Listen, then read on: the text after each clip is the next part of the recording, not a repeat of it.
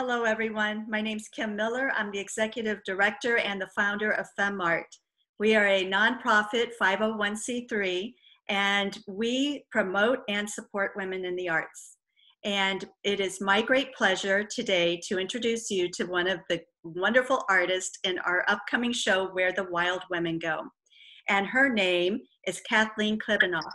And I am happy to introduce her to you. And we're going to start off this interview with asking a question about inspiration.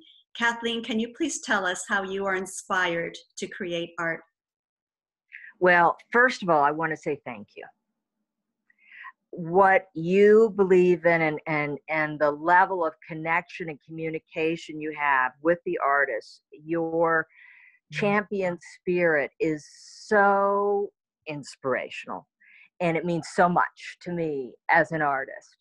And that really is the perfect segue to my answer as to what inspires me, and that is when other people are willing to put themselves out there, are willing to open their hearts, are willing to share from that vulnerable space. And so any type of connection where I feel a genuine exchange, where I experience intimacy. So it doesn't just have to be human to human. It could also be with a plant. It could be with a material where the energy is just connecting with me in that moment and I'm available to it, and something brilliant happens in the alchemic moment. That to me is inspiration. Excellent. That is a great answer. And I would also like to show everyone the piece of art that you have in Where the Wild Women Go. And her name is Fonda. And I have the pleasure of holding her while we're having our virtual show. And she is just amazing. And I actually refer to her as the horny woman, and I apologize for renaming her, but I just loved it. I love because of the wild woman. I'm like, right, okay. Right. So if you could also explain to everyone how you were inspired to create her, how you put her into this show, and also how you would like your art to be perceived in your community, and if you believe that your visual voice has an impact on our society. Big questions.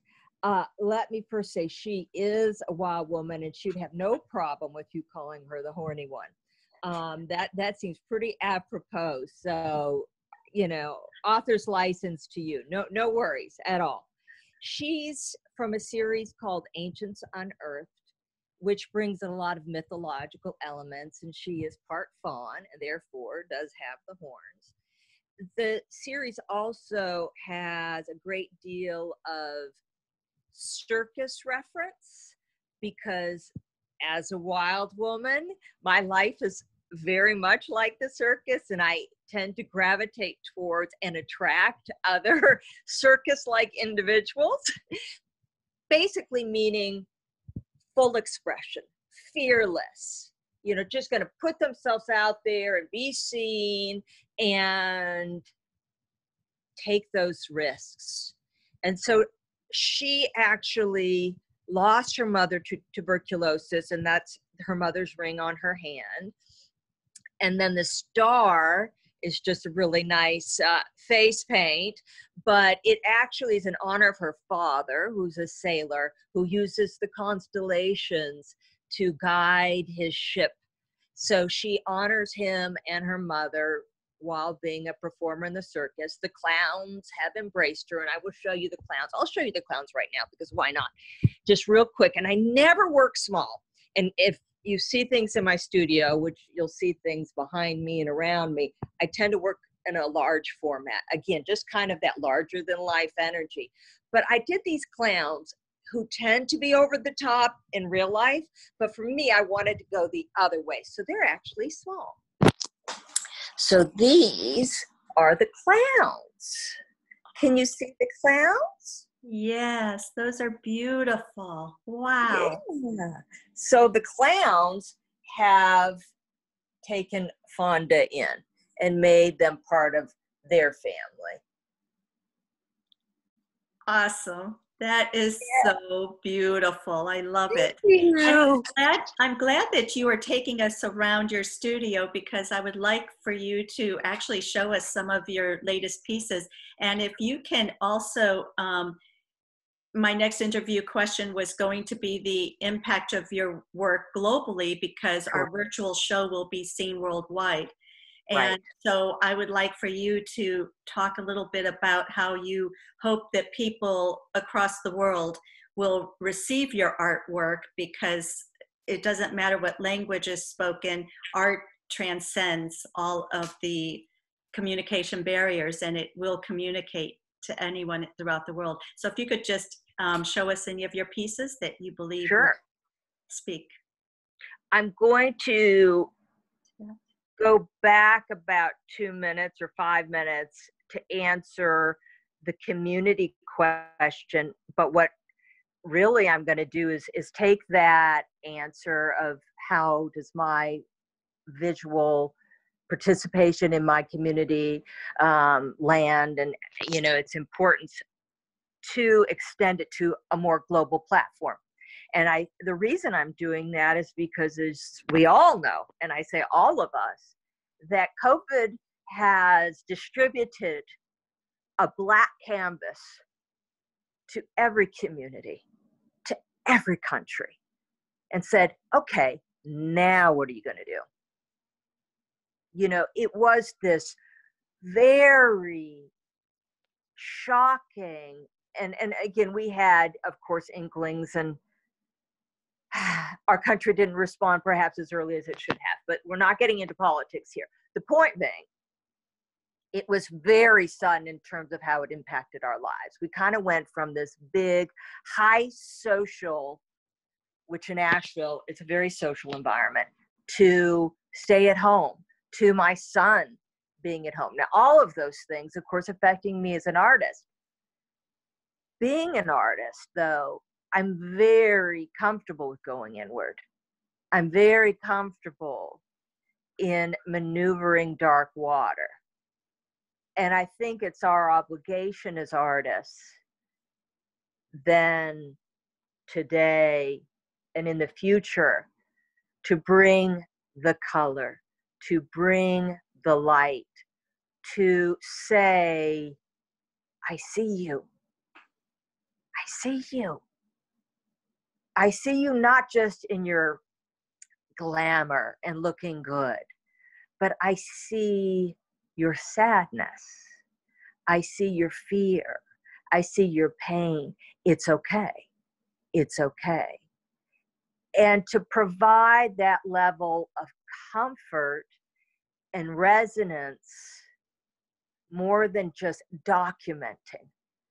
I'm not a documentarian. There's nothing wrong with people that choose that path, but that is not my path. My path is as an empath. It's kind of sourcing, and so bear with me here, but sourcing almost an angelic energy, a healing energy.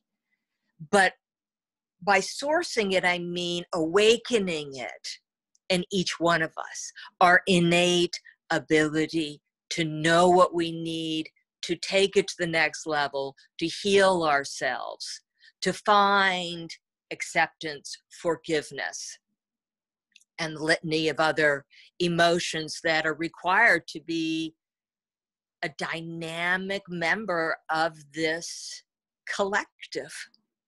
It is part of telling our story. Our story isn't just happy, happy. It takes us through some pretty deep valleys, but we're never alone. And the artist reminds you of that. You're never alone. I'm going to turn to my left, where a sweet, lovely angel happens to be resting. Okay, now I'm going to have to, okay, you're looking at me and that doesn't help at all. Here we go. Okay, can you see her? Yes, wow. So she was done along with 2 other feathered ones during this coronavirus experience. And the three ladies are called the Angels of Mercy. And I called her forth really when Spain was in crisis. And there was such immense transition, so many fatalities. And she, to me, is boss. She is sensual, she is strong, but she's vulnerable, but vulnerable in a voluntary way. She is available. She's not there to punish, and we're not being punished. And she's reminding us of that. This disease or sickness or whatever we're calling it is not a punishment. It's an opportunity for us to dig deeper and to find what we really need to bring forth in this lifetime, to really be on task and on purpose. And that's her message. Now, if I turn to my left, and again, I am apologizing for my rudimentary technical skills, but do you see grief? Yes. Yes. Okay. She is absolutely amazing. Thank you. She is called Grief, the New Camouflage. And she's my most recent piece. I'm in the middle of two other pieces, but I just finished her last week. And for me, I have been going through some very deep grieving and loss. And I believe all of us, I would venture to say all of us, I would, gamble and put myself out there and say each and every one of us has experienced loss in the last 4 months to varying degrees. Of course, some people it's job. For some people, it just might be their social life. But there's been a great deal of transition. A lot of souls have crossed the bridge. And it's so important to grieve. It's so important to let go of looking good and needing to be perfect and having everything in order, in line, figured out. Just to allow yourself to be in the swirl of it, where the colors are bleeding into one another, but there's such beauty in the texture. There's such grace if you surrender to the process. You don't fight it. She's beautiful in her own right, but if you can see, and I'm going to just get slightly closer and hopefully won't lose focus, but her face from all the crying is modeled. It's kind of broken up somewhat. And it's okay. I think that we all have ash in our mouths. Again, if not just from the most recent series of events, unresolved grief, unfinished grieving. It's time. It's time now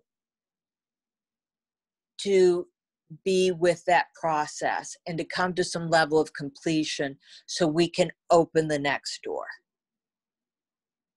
And she is full front, eyes open. My husband saw her, and my husband's a little more conventional than myself, but he said, well, one of her eyes is drooping. I said, well, when you cry long enough, your eyes swell up. I know. And she's okay with that. She's asymmetrical, and there is such beauty in being asymmetrical.